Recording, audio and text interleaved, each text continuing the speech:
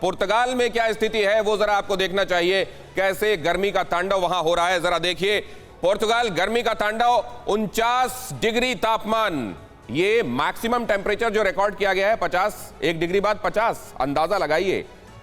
वो टेम्परेचर जिसमें खून जो रगों में दौड़ रहा है वो अंदर ही खौलने लगे। एक हफ्ते में 650 लोगों की यहां मौत हो गई है और 7 से 13 जुलाई के बीच हर 40 मिनट में एक व्यक्ति की मौत की खबर है।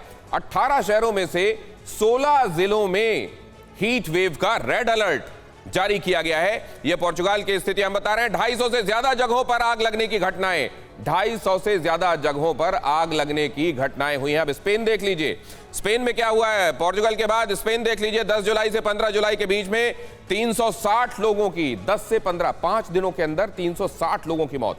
पिछले एक हफ्ते में 49 डिग्री सेल्सियस, यहां भी 49 degree centigrade maximum temperature record किया गया है। स्पेन में मिट्टी की सतह का तापमान 59 डिग्री सेल्सियस, और डिग्री फ़ारेनहाइट में अगर आप जाएंगे तो अंदाजा लगा लीजिए, क्योंकि 40 डिग्री 104 डिग्री फ़ारेनहाइट होता है। 30 से ज्यादा जगहों पर आग लगने की घटनाएं दर्ज की गई हैं। 5 दिनों के भीतर करीब 400 लोगों का मारा जाना, मिट्टी की सतह का तापमान 59 डिग्री तक पहुंच जाना, मैक्सिमम टेम्परेचर 49 डिग्री रिकॉर्ड किया जाना, ये आपको ये अंदाजा लगेगा कि स्थितियां क्या है। पोर्तुगाल के बाद हमने स्पेन बताया, फ्रांस भी देख लीजिए। फ्रांस से अभी बता रहे थे आपको हमारे संवाददाता हिमांशु, इससे पहले उन्होंने पिछले 10 साल में इतनी गर्मी कभी अनुभव नहीं की, मैक्सिमम गया था 40।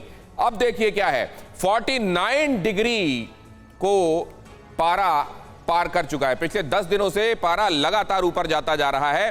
जंगलों में आग लगने की घटनाएं तेजी से बढ़ी हैं। शहरों में हीट वेव का रेड अलर्ट जारी किया गया है और उत्तर पश्चिम के जो शहर है खास तौर से हीट वेव का ऑरेंज अलर्ट वहां पर जारी किया गया है। अब ब्रिटेन देख लीजिए, ब्रिटेन में भी गर्मी से त्राहिमाम कर रहे हैं लोग। ब्रिटेन के इतिहास में आज सबसे गर्म दिन हो सकता है। युक्तेश्वर जी के पास वापस आपको लेकर चलेंगे और विस्तार से उनसे बातचीत होगी। आज 41 डिग्री सेल्सियस तापमान पहुंचने का अनुमान है।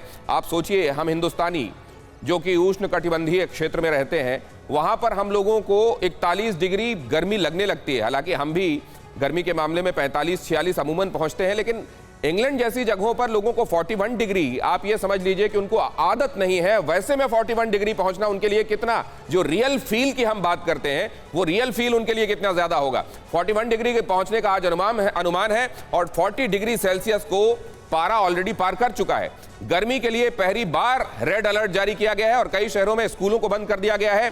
कई ट्रेनें रद्द कर दी गई हैं। यात्रा से बचने के लिए सरकार ने लोगों को हिदायत दी है कि जरूरत ना हो तो घर से बाहर ना निकलिए। सुरभि, ये तो बहुत डेंजरस स्थितियां हैं। बिल्कुल, और इस बीच पर्यावरण वैज्ञानिक डॉक्टर सतीश रंजन हमारे साथ हैं। डॉक्टर सतीश, अगर आपको मेरी आवाज आ रही हो तो ये जानना बहुत जरूरी हो चुका है कि इस तरह के हालात को निपटते हुए क्या इमीडिएट स्टेप्स उठाए जाने चाहिए, क्योंकि उनका ग्राउंड एग्जीक्यूशन इस वक्त नीड ऑफ द आवर है।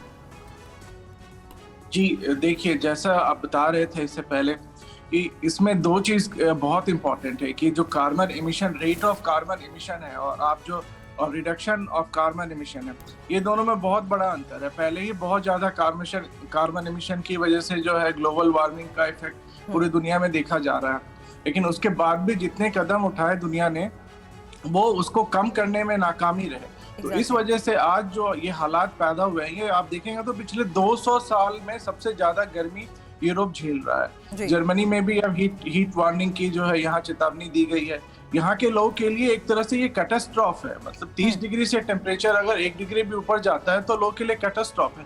तो अब समय आ गया है कि हम ये जो अंतर है कि रेट ऑफ इमिशन और CO2 रिडक्शन, इस पे अब काबू पाया जाए और इसको हमको रेट ऑफ रिडक्शन को रेट ऑफ एमिशन से बहुत ज्यादा करना पड़ेगा, ताकि जो पहले भी डैमेज हो चुका है उस डैमेज को अब हम लोग कंट्रोल करें और ये पर्यावरण में जो आप ये जो कह रहे हैं सर, ये रेट ऑफ रिडक्शन और कार्बन एमिशन, ये मैं अपने दर्शकों के लिए इसको आसान शब्दों में बता दूं कि जितना कार्बन डाइऑक्साइड के तौर पर, कार्बन मोनोऑक्साइड के तौर पर, ये जो ग्रीन हाउस गैसेस कहलाती हैं, इसके तौर पर हम एमिट करते हैं, अगर हमारे घटाने की रफ्तार, इसको कम करने की रफ्तार से ज्यादा हमेशा उत्सर्जन की रफ्तार रही तो घटाना कारआमद नहीं होगा, कारगर नहीं होगा, प्रभावी नहीं होगा। मैग्डेबर्ग से जुड़े हुए हैं, जर्मनी से जुड़े हुए हैं हमारे साथ रंजन साहब, तो उनसे मैं समझना चाहता हूं, जर्मनी में आपने क्या महसूस किया? इससे पहले आपने जर्मनी की जो स्थितियां देखी और आज, और आप तो पोर्ट सिटी और इंडस्ट्रियल सिटी में बैठे हुए हैं, क्या स्थितियां हैं वहां? मैं करीब 13 साल से हूँ। 13 साल में इतनी गर्मी यहाँ 1 या 2 साल ही कभी महसूस होने की हुई है। अभी तो जर्मनी में गर्मी से ये हालत है कि पानी की बहुत जगह पे किल्लत हो गई है, तो ड्राउट लाइक सिचुएशन बहुत जगह जर्मनी में फील हो रहा है। हमारे शहर में भी पानी को बचाने का यहाँ पे जो है लोगों को जो है भेजा गया है कि आप पानी का इस्तेमाल अब जरूरत से ज्यादा ना करें। अगर आप देखें तो सेंट्रल यूरोप में और यहाँ जो ब्लैक सी का एरिया है वहाँ पे पानी का ऑलरेडी ड्राउट लाइक सिचुएशन हो तो गया क्या है। कुछ फर्क है यहाँ मैग्डेबर्ग में, क्योंकि आप अब ये एल्बे नदी के किनारे पर आप बैठे हुए हैं, तो क्या यहाँ टेम्परेचर में कोई कमी है? अभी पिछले हफ्ते टेम्परेचर बहुत ज्यादा थी, लेकिन इस हफ्ते टेम्परेचर थोड़ा ठीक है। आज करीब 20 से 25 डिग्री के बीच में टेम्परेचर है, तो अभी फेवरेबल है। लेकिन पिछले हफ्ते टेम्परेचर यहाँ पे बहुत ज्यादा था, 35-38 डिग्री टेम्परेचर था।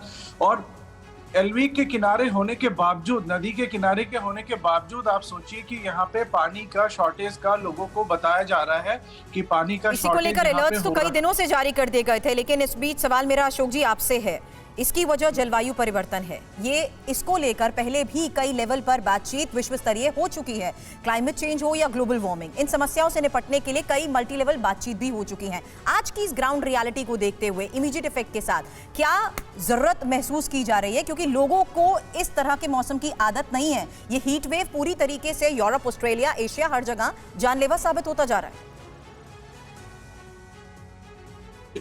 आज सिचुएशन ऐसा है कि अगर सरकार आज कदम उठाती है कुछ भी, तो ये ऐसा नहीं है कि कल आपको इसका नतीजा देखने को थोड़ी सी गुगली हो गई सर, थोड़ी सी गुगली हो गई। अशोक बिजलवान जी से सवाल था और आपको लगा आपसे हम मुखातिब हैं, आपके पास लौटते हैं। अशोक जी से यहाँ स्टूडियो में सवाल है। अशोक जी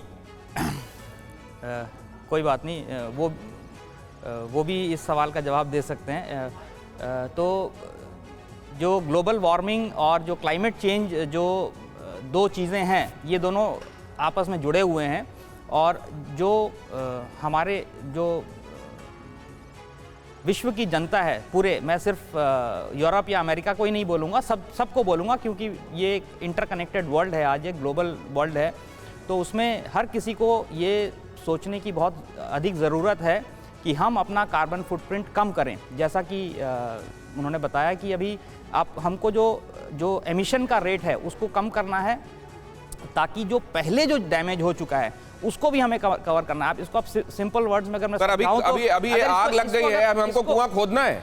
नहीं, देखिए आपको एक सिंपल वर्ड बताता हूं कि अगर आपका कोई बिजनेस है, उसमें अगर आप पहले लॉस में चल रहे थे और आपको अब प्रॉफिटेबल बनना है, तो आपको पीछे वाले लॉस को भी कवर करना है। तो इसी सेम वे जो एनवायरनमेंट को जो पिछला लॉस हो चुका है उसको हमें कवर करना पड़ेगा, तभी हम कहीं आगे इस दिशा में हम पॉजिटिव प्रोग्रेस। युक्तेश्वर इस वक्त हमारे साथ है। युक्तेश्वर, इंग्लैंड में जो रिपोर्ट्स हमने देखी, हालात बने हुए हैं, हालांकि चिंता लोगों की बढ़ती जा रही है। हम जानते हैं कि अभी उठाए गए कदम इमीडिएट रिलीफ नहीं देंगे, लेकिन वहां के हालात को देखते हुए अभी फिलहाल फौरी तौर पर क्या कोशिशें की जा रही हैं?